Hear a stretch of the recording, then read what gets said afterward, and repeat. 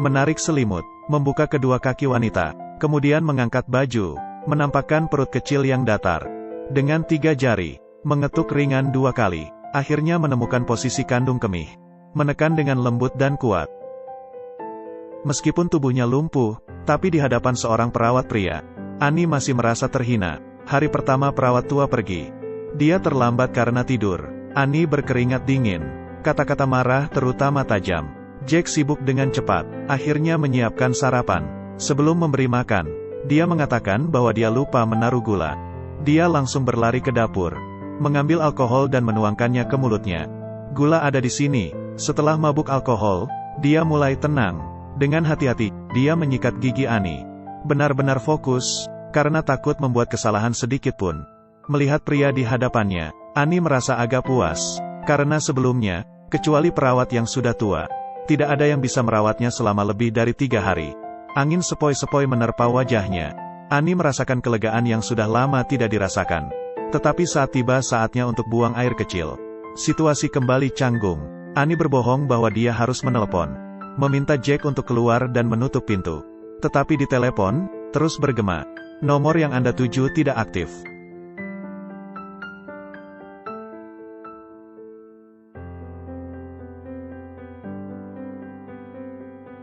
Anda bisa meninggalkan pesan sekarang. Yang seharusnya datang akhirnya tiba. Jack membuka selimut dengan cepat, mengambil pot pispot, dan mulai mencoba. Majikan lamanya kembali. Tetapi Jack mengajukan pengunduran diri. Mungkin karena perbedaan jenis kelamin. Dia benar-benar tidak bisa menjalani pekerjaan ini. Tetapi dari mulut wanita itu, dia mengetahui.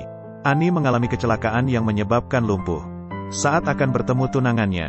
Sejak saat itu, Annie menolak pernikahan, menolak keluarga, menutup diri sepenuhnya. Meskipun memiliki kekayaan berlimpah, dia hanya bisa terkurung seumur hidup di tempat tidur. Jack terlihat bingung. Sebagai mantan juara tinju yang pernah bersinar, sekarang dia berada di negeri asing, merasakan kemiskinan dan keputusasaan untuk bertahan hidup. Dia datang ke bar untuk minum. Setelah memuaskan kecanduan alkohol, dia tetap memilih untuk pulang. Perawat memberi sedikit uang, memintanya untuk pergi membeli bahan makanan. Jack membawa tasnya dan pergi keluar. Dia tertarik oleh seorang anak laki-laki kulit hitam. Dia membawa beberapa buaya kecil dalam sebuah wadah.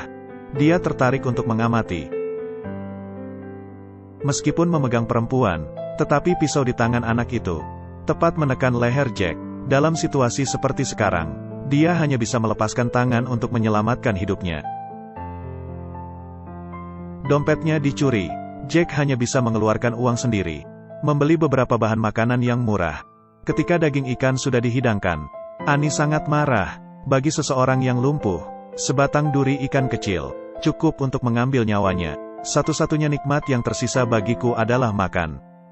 Aku hampir mati kelaparan, dan kau memberiku ikan. Mengapa bahkan hal kecil ini pun tidak bisa kau lakukan dengan baik? Apalagi yang kau punya? Apalagi yang kau miliki? Kepercayaan.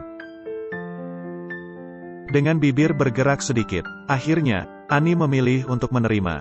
Dia mencicipi daging ikan yang lembut, namun merasakan kelezatan yang belum pernah dia rasakan sebelumnya.